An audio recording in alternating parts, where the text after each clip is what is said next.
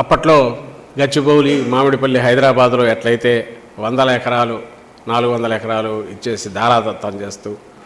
ఊరు పేరు లేని కంపెనీకి చేశాడు. ఇక్కడ ఏకంగా రాజధానిని అక్కడ ఉన్న 30,000 మంది ఉసురు కొట్టుకుంటూ రైతుల దగ్గర ల్యాండ్ పూలింగ్ అని తీసుకొచ్చి వాళ్ళ ఏరియాస్ ఎట్లా డెవలప్ చేయాలో జనరల్గా ఏదన్నా మొదలైనప్పుడు ప్రజల దగ్గర అందులో తీసుకున్నాక ఆ ఏరియాస్ కూడా డెవలప్ కావాలి, టోటల్ డెవలప్మెంట్ ఎట్లా అని చూడాల్సింది పోనిచ్చి ఏదైతే